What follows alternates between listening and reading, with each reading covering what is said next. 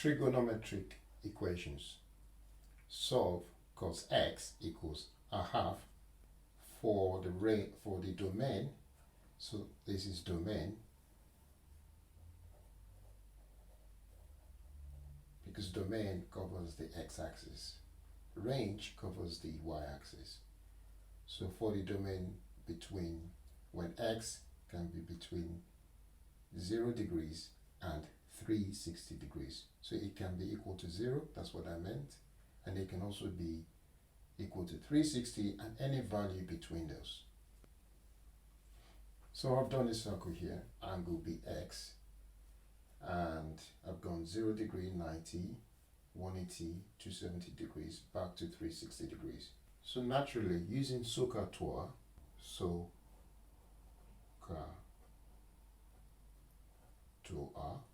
we are working on that one today.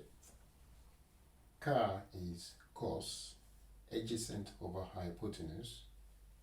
So if we have a right angle triangle,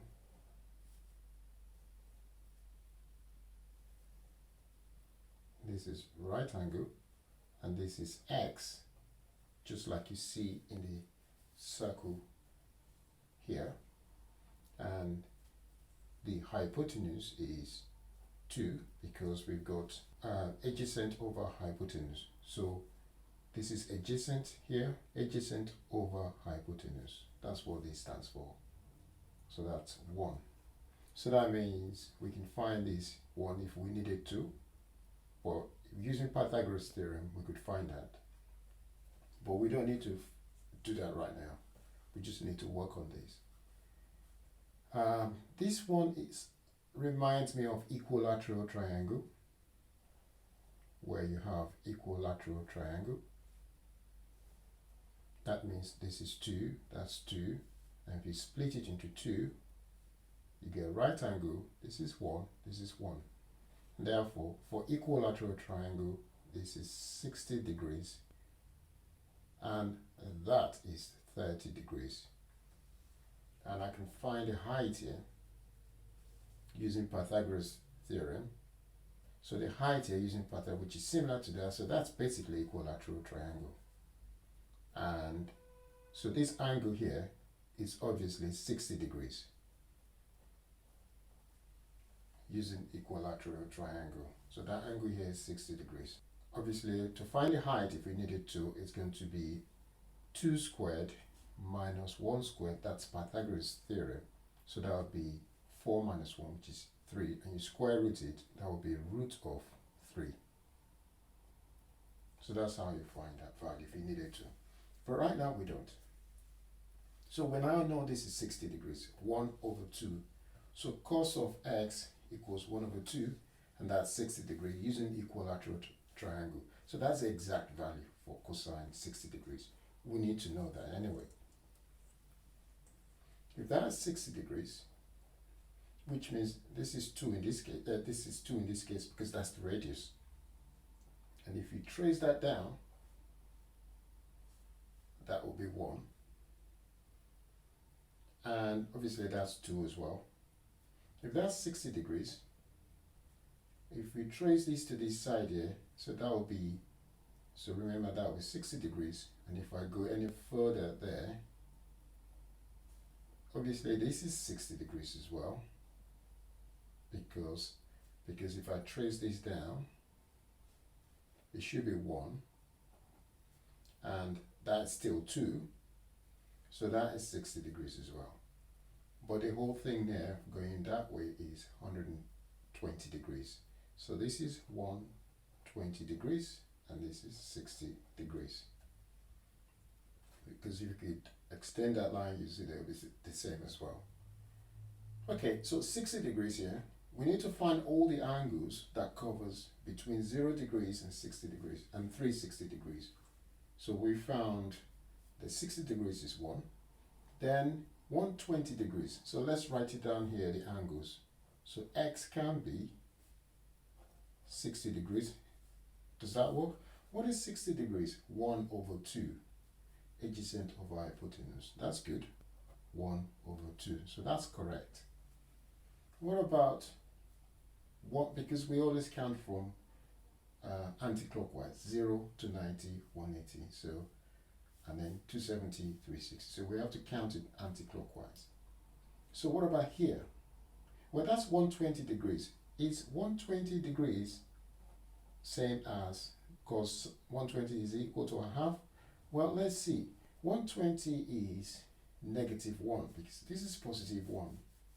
So that's 0 and that's negative 2, that's positive 2. That's here is negative 2. So here is negative 1. That point is negative 1. So negative 1 over 2. Negative 1 over 2 is not the same as 1 over 2. So that won't be correct. And what about this one here? Well, this is 60 degrees as well, because this is 2, and if we trace it down there, so that's still 1, that's still negative 1 and 2. So here is 240 degrees, right? Because that's 180 and I'm adding 60 degrees as well, so that's 240. Is 240 degrees same as 60 degrees in terms of cosine 240 degrees? Well, cosine 240 is going to be, well, it's going to be, this is adjacent now, right? This is 240, so that'll be adjacent, which is minus 1, so it's minus 1 over 2. Again, that's not correct. It's got to be a half. Therefore, we need to try the next one along, because if you extend that, that's 270. 270 plus 60, because this is 270 plus 30, because this is going to be minus 60 degrees. That's 60 degrees, but minus. From 360, that will be 300 degrees. So 300 degrees is that, well, this is going to be, if you trace that down, so that will be 1, that's positive 1 over 2. So that will be 1 over 2, so that's correct. So the range of angles that is being requested is x can be 60 degrees and 300 degrees. But to prove that, let's use the calculator now to find it. So I could say, well, if cos x equals to a half, right, then x must be equal to, I divide both sides by cos. That's what you're doing, because you just want x. So you're going to have a half, yeah, times 1 over cos. Because that's what you're doing, you're dividing both sides by cos. You don't want cos, you just want x. Right, so that's 1 over cos, and the way we write 1 over cos in indices is cos to the power minus 1, and then that will be cos to the power minus 1 times a half. So that's what you're doing, really. So if you ever forget, that's what you're doing.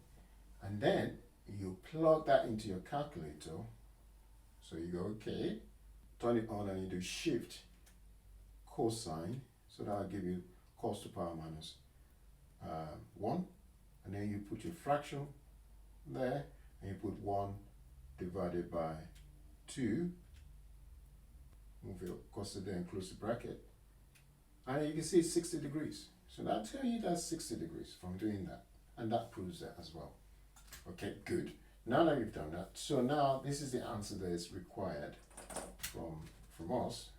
And the answer is basically x can be 60 degrees and 360 degrees. If you type in here, just to confirm it, now we know that 60 is, cos 60 is a half. So if you do cos 300, close bracket, we get a half. Yay! So that's the only thing we can get between that domain of 0 degrees and 360 degrees. So that's what that's referring to.